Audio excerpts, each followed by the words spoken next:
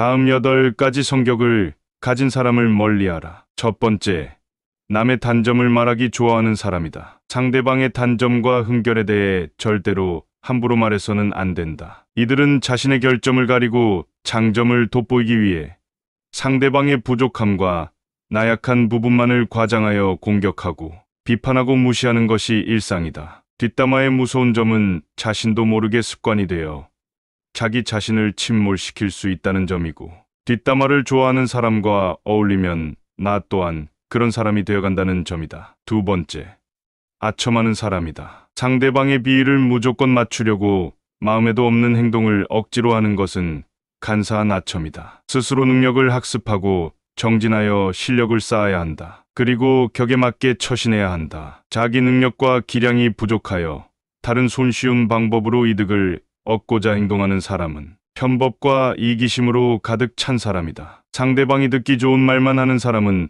내 인생을 꼬이게 만든다. 아첨하는 자와는 거리를 멀리하라. 세 번째, 이간질하는 사람이다. 이간질이란 사이 좋은 사람들이나 개인과 한 무리 사이의 관계를 틀어지게 만들기 위하여 한 사람의 개인적, 사회적 평판을 떨어뜨리는 행위를 말한다. 이간질은 타인을 해코지 하는 것으로 비겁하고 도에 어긋나는 행동이다. 의외로 아무 생각 없이 이간질을 일상적으로 하는 사람들도 있다. 뒷담화를 일상적으로 하는 사람이 그 좋은 예다. 이런 사람들 대부분은 자기가 하는 일이 이간질이라는 자각도 없고 별로 죄책감도 없기 때문에 아예 처음부터 가까이 하지 않는 것이 낫다. 네 번째, 오지랖 떠는 사람이다. 자신이 할 일이 아님에도 불구하고 오지랖 넓게 남의 일에 끼어들고 덤비며 관여하는 사람이 있다. 이것은 개인의 이익을 얻기 위한 이기주의이고 꼼수이다. 사람들은 그것이 잘못인 줄 알면서도 그렇게 행동한다. 오지랖 떠는 사람과는 거리를 두어라. 다섯 번째, 음흉한 사람이다. 옳고 그름을 가리지 않고 비위를 맞춰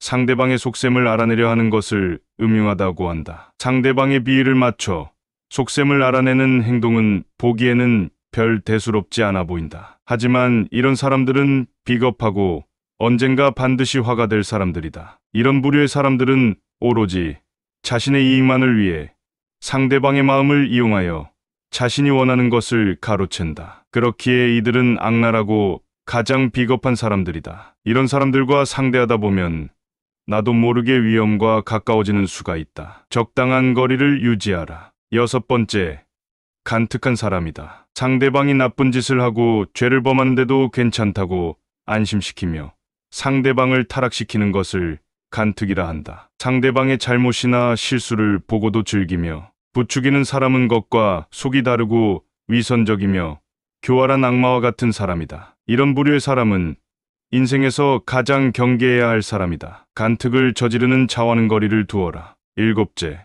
푼수 떠는 사람이다. 시비를 가리지 않고 마구 말을 하는 것을 푼수라고 한다. 푼수란 옳고 그름의 시시비비를 가려 따져봐야 함에도 불구하고 마구 말하는 행동이다. 내가 능력이 있고 남들보다 조금 나은 지식을 갖고 있더라도 상대방의 의견을 경청하지 않으며 섣부르게 자기가 하고 싶은 대로 말하고 행동하는 건 상대방을 상처 입히고 나아가 나에게 해를 끼치는 행위이다. 여덟째, 망령을 조심하라. 상대가 요청하지도 않았는데 끼어들고 먼저 나서서 의견을 내는 것을 망령이라고 한다. 상대방의 의견을 먼저 듣고 경청해야 함에도 불구하고 타인의 의견보다는 자신의 주장이 옳다고 주장하는 사람들이 있다. 타인의 의견을 먼저 듣고 나의 의견을 제시하는 것이 대화의 기본이다. 함부로 나서서 말하는 말버릇은 반드시 이를 그르치게 되어 있다. 망령을 저지르는 자와는 거리를 두어라. 이 8가지 성격을 가진 사람을 멀리하라. 그러나 이것은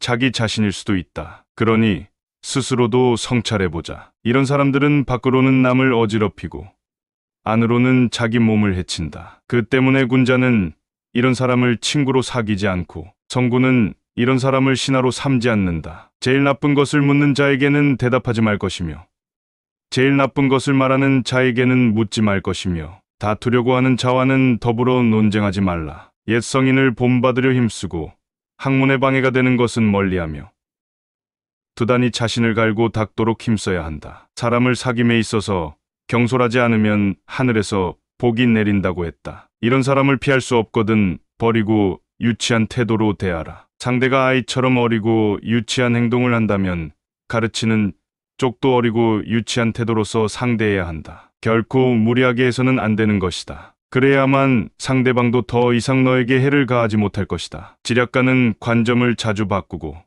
웅변가는 말이 조리 있고 순서가 맞는지 따지며 비평가는 남과의 논쟁을 즐긴다. 하지만 이 모든 것은 직업적 탐욕에서 비롯된 것이다. 관리는 승진이 목표이며 씨름꾼은 상대를 넘어뜨려야 비로소 뽐낼 수 있다. 용기 있는 사람은 혼란한 시기에 진가가 드러나고 초야에 묻힌 학자는 청렴한 명성을 바라며 인의를 숭상하는 사람은 인간관계를 가장 중요하게 생각한다. 우리는 무엇 때문에 사는가? 무엇을 위해서 열심히 일을 하는가? 좀 더 풍요롭게 살기 위해서, 더 행복하게 살기 위해서, 더 잘 살기 위해서 살려고 할 것이다. 인생에서 잘 산다는 건 잘 놀다 가는 것이다. 여기서 잘 논다는 건 완전한 자유를 의미한다. 자유로운 것은 내가 가진 것 또는 명예, 인기 등 다양한 욕망으로부터의 자유로움을 말한다. 인간 세상에서 일어나는 모든 일이 세옹지만이 앞에 벌어지는 결과만을 가지고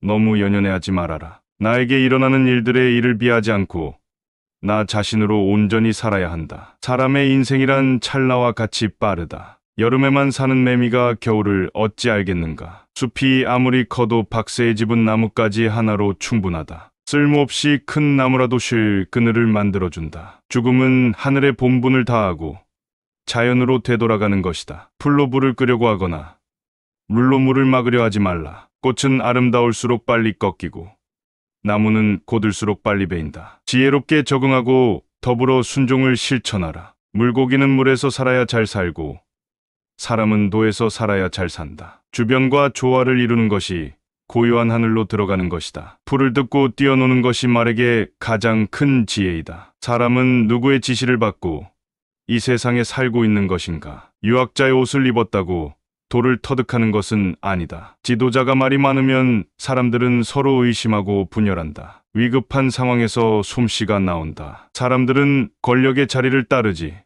권력자를 따르지 않는다. 절대자는 은밀히 숨어서 없는 듯 엄연히 존재한다. 좋을 때는 지나치게 칭찬하고 나쁠 때는 지나치게 비난한다. 지나친 것은 늘 신뢰를 잃게 한다. 호랑이의 성질을 거스르면 길들인 조련사도 해친다. 다수라고 무조건 옳지 않고 소수라고 무조건 그르지 않다. 교묘하고 아름다운 말은 이치에 맞지 않는 경우가 많다. 하늘은 높고 땅은 낮은 것처럼 자연에는 순서와 서열이 있다. 삶의 지혜를 터득한 사람은 정작 아무 말도 하지 못한다. 그는 말을 다 전할 수 없고 말은 뜻을 다 전할 수 없다. 따라서 인식하기보다는 체험을 중요시해야 하고 이론보다는 실체를 중요하게 여겨야 한다. 눈으로 더 보려고도 하지 말고 뒤로 더 들으려고도 하지 말라. 장깨를 부리면 천성이 삐뚤어지고 참된 도를 깨달을 수 없다. 원숭이에게 사람 옷을 입혀준다고 원숭이가 사람 같아 보이겠는가? 가치는 알에서 태어나고 물고기는 물속에서 자란다. 지혜와 재능이 있어도 쓰지 말고 자연의 이치와 순리에 따르라. 오직 순수한 정신과 건강한 영혼을 유지하라. 사람은 평생을 살아도 세상의 일부만을 알 뿐이다. 노래기는 뱀을 부러워하고 뱀은 바람을 부러워한다. 모기가 태산을 짊어질 수 없으며 모래기가 황하를 건널 수 없다. 덕을 갖춘 닭들은 싸움에서는 이긴다. 재능을 살려 꾸준히 연마하면 그것이 곧 천성이 된다. 욕심을 비우고 일에 몰두하면 그 일이 신의 경지에 이른다. 눈이 있어도 보지 못한 것처럼, 귀가 있어도 듣지 못한 것처럼, 명예를 얻으면 비난을 받고 어리석으면 속임을 당한다. 시비를 초월하여 대자연의 태도를 걷는 자만이 화를 면할 수 있다. 고든 나무는 먼저 베이고 좋은 우물은 빨리 동난다. 고든 나무에서 재주를 부리던 원숭이도 가시나무에서는 벌벌 떤다. 제비가 처마에 집을 짓는 것은 그것이 가장 안전하기 때문이다. 흙탕물만 보면서 사는 사람은 맑은 연못이 있다는 것을 모른다. 얼굴이 예뻐도 미워 보이고 얼굴이 미워도 예뻐 보인다. 변화하는 겉모습이 아니라 그 현상 안에 도가 존재한다. 해와 달은 계속 바뀌고 밤과 낮도 계속 바뀐다. 물이 흐르는 본성을 타고난 것처럼 군자의 깨우침도 저절로 타고난다. 사람은 높은 나무가 무섭지만 원숭이는 무서워하지 않는다. 그때는 슬퍼서 울었는데 지금은 기뻐서 웃고 있다. 새로운 것을 배우기보다는 알고 있는 것을 잊지 말라. 썩은 쥐를 움켜쥐고 있는 솔개는 봉황이 그것을 노리는 줄로 안다. 자신의 마음을 미루어 보면 남의 마음을 알 수 있다. 좋아하는 것들의 대부분은 육감을 만족시키는 것들이다. 평생 재물을 얻으려고 그토록 애써 수고한 땀과 노력에 비하면 그들이 재물을 통해 누리는 행복이나 기쁨은 너무나 작다. 세상은 넓고 할 일은 많지만 나는 오직 매미만 잡을 뿐이다. 안에 있어도 숨지 않고 밖에 있어도 뽐내지 않는다. 살결을 먹고 사는 것이 죽는 것보다 훨씬 낫다. 돌을 얻으면 하늘도 높아지고 해와 달도 밝아진다. 작은 지혜로 큰 지혜를 넘보지 말라.